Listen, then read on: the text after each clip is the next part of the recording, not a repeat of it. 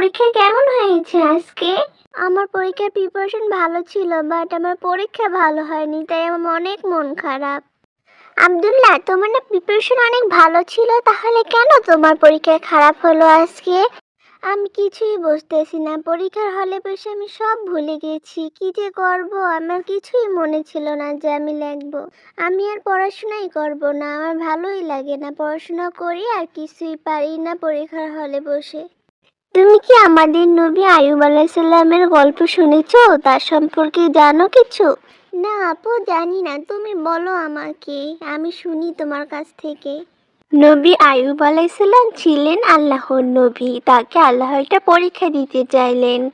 একে একে তার সব ধন সম্পদ আল্লাহ নিয়ে যায় এবং তার সন্তানও মারা যায় এবং কঠিন রোগে আক্রান্ত হলেন এবং তার সারা শরীর পচতে পচতে গলে যায়। তার সমস্ত শরীরে চামড়া ক্ষত বিক্ষত হতে শুরু করে।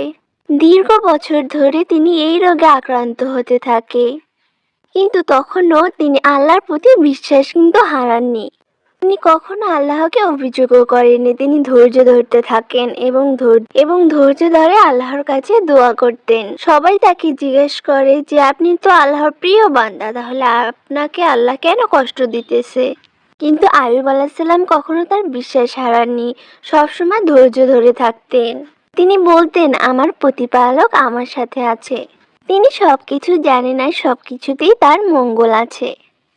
অবশেষে আল্লাহ তার ধৈর্য বিশ্বাসের কারণে পুরস্কৃত করলেন। তার শরীর সুস্থ করে দিলেন এবং তার শরীর সুস্থ হয়েও গেল। সে ধন সম্পদ ফিরে পেল আর তার নতুন পরিবারও হলো।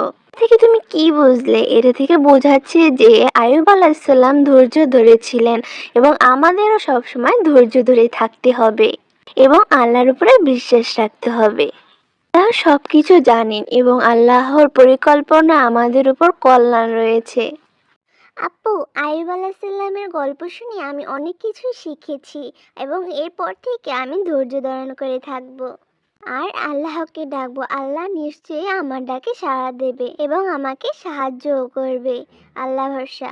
হ্যাঁ, এখন তুমি আব্দুল্লাহ রুমে যাও। রুমে যেয়ে সুন্দর মতো ফ্রেশ হয়ে খাওয়া দাওয়া করে ঘুমাও। আচ্ছা আপু। মরিয়ম, তোমরা দুই ভাই বোনে কি কথা বলতেছিলে এখানে বসে?